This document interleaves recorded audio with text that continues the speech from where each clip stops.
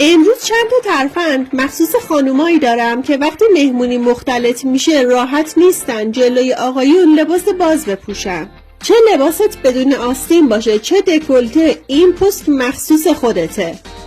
دیگه لازم نیست توی اینجور شرایط مانتو تنت کنی، با شال یا روسری که سرت هست و چند تا گره میتونی یه استایل شیک و متفاوت به خودت بدی. به جای استفاده از گیره یا کلیپس هم میتونی از یه انگشتر بدل کمک بگیری که خیلی شیکتره و استایلتو جذابترم میکنه. حتی میتونی از بعضیاشون برای خیابونم استفاده کنی و کاربردیه.